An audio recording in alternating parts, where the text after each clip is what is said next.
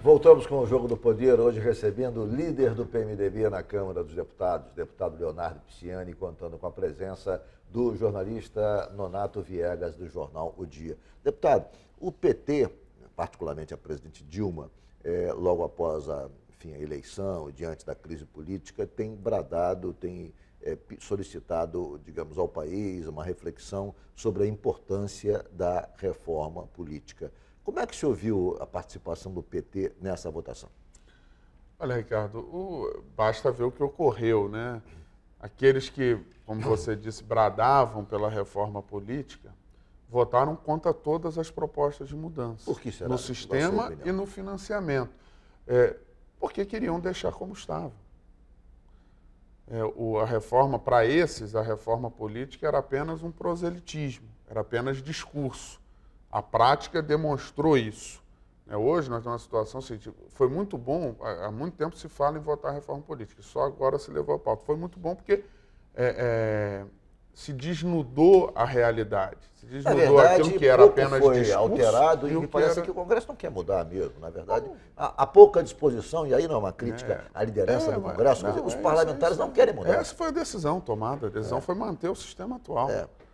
Não se quer mudar nada nesse sentido. Sempre se dizia, sempre se falava, quando se falava em reforma política, se falava que tinha que se constituir, ter uma constituinte, se eleger uma casa especificamente para votar. O deputado Miro Teixeira defende isso, pois uma constituinte exclusiva para a reforma política. E essa é a prova de que é necessário uma constituinte exclusiva para a reforma política, porque senão não sai uma reforma ampla de fato? Olha, eu tenho muita ressalva a questão de constituinte exclusiva, né? Você faz constituinte quando você tem uma ruptura do sistema, e quando você precisa remontar o sistema, você faz uma constituinte. Nós não temos ruptura da democracia, do Estado de Direito do Brasil. Nós temos que aperfeiçoar. O que eu acho que isso vai, Ricardo, nos permitir? Vai permitir que o eleitor que deseja a mudança, na próxima eleição, possa escolher candidatos de fato comprometidos com a mudança. E até com o histórico, saber quem tentou mudar. Eu não estou aqui nem defendendo que a proposta do PMDB fosse a melhor. Eu acho que era melhor, mas, enfim, não sou dono da verdade. Cada um pode fazer o juízo que achar que deve sobre o tema. Mas o PMDB efetivamente tentou mudar, tentou votar uma proposta de mudança.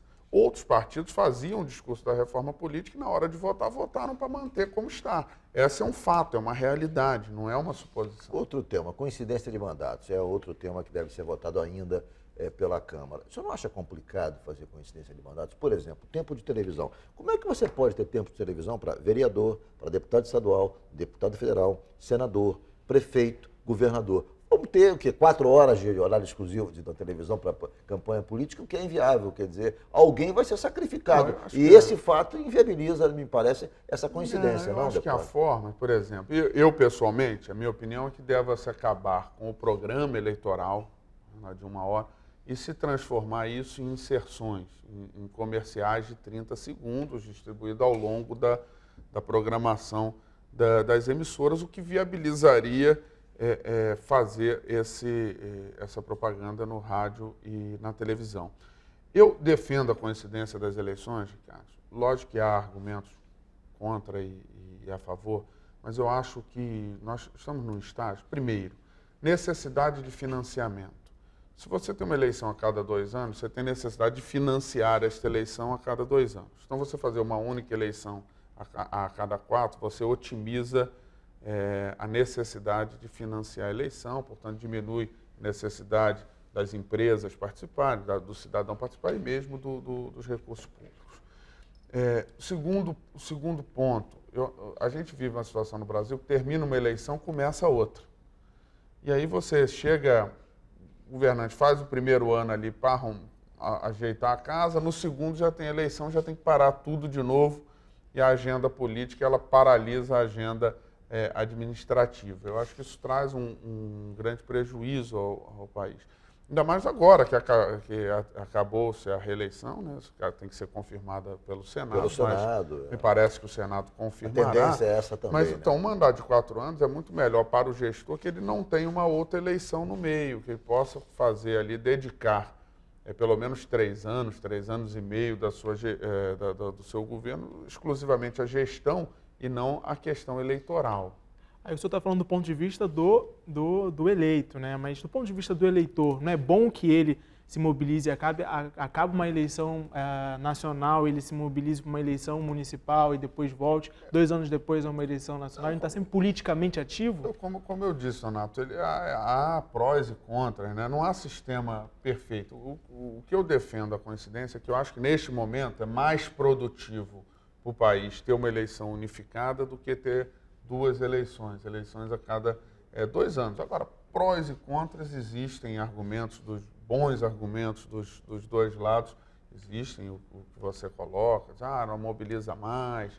Por exemplo, a oposição tem a possibilidade de uma eleição intermediária para se reorganizar, para poder contestar, a população pode se manifestar, sinalizar se está gostando de determinada coisa ou se não está, mas isso, enfim, pode ser verdade, pode não ser, não sei te avaliar a fundo se é. O que eu sei é o seguinte, eleição a cada 2 anos tem gerado muitos prejuízos na prática ao país. Deputado, o fim da reeleição, o senhor acha que realmente ele foi determinado, digamos, por uma avaliação racional de que a reeleição era um dispositivo que não contribuía para, digamos, a vida política brasileira se tornar mais eficiente, mais clara, mais transparente, mais eficaz, ou ela foi decidida por conta de estarmos vivendo há quase 16 anos sob o comando de um único partido,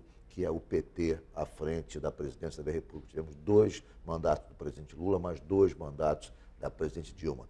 E há no país, nesse momento, uma certa, digamos, insatisfação em relação ao partido, em relação ao PT. Quer dizer, até que ponto um aspecto conjuntural determinou a mudança da Constituição e não uma análise fria, real, se a reeleição foi positiva ou não, se houve ganho ou não com a reeleição, já que esse é um dispositivo aplicado em vários países do mundo, inclusive no próprio Estados Unidos.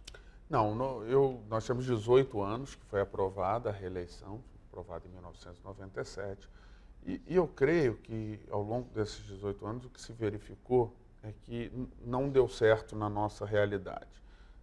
18 anos não é pouco do ponto de vista histórico? Olha, sobretudo para você avaliar alguma coisa?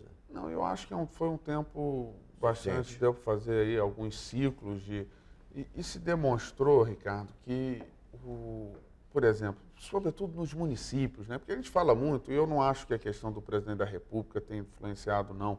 Até porque a presidente já está reeleita, ela nem pode mais ser candidata à reeleição. Nós temos que lembrar o seguinte, além do presidente da República, podem usar o instrumento da reeleição, os 27 governadores. Prefeitos. E mais de 5.600 prefeitos. E é justamente nas prefeituras está o maior problema.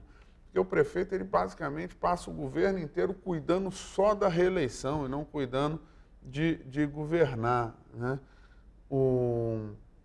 Então eu creio que, eu acho que o Brasil vai ser um avanço, porque foi um teste, se testou, era algo que precisava se testou, mas eu creio que não deu certo. Muitos dos problemas que vivemos na política foi em torno da dinâmica que a reeleição permite, além do que essa é uma regra muito injusta, né? Quando você bota um candidato disputando com o poder, disputando sentado no carro com o outro. Talvez não pudéssemos aperfeiçoar, por exemplo, exigir a desincompatibilização 6 meses antes para evitar o uso da máquina. Seria uma forma, mas essa decisão está tomada, né? Se decidiu acabar. Eu acho que para o Brasil foi melhor ter acabado. Ok, vou fazer um rápido intervalo e o Jogo do Poder volta em 1 minuto.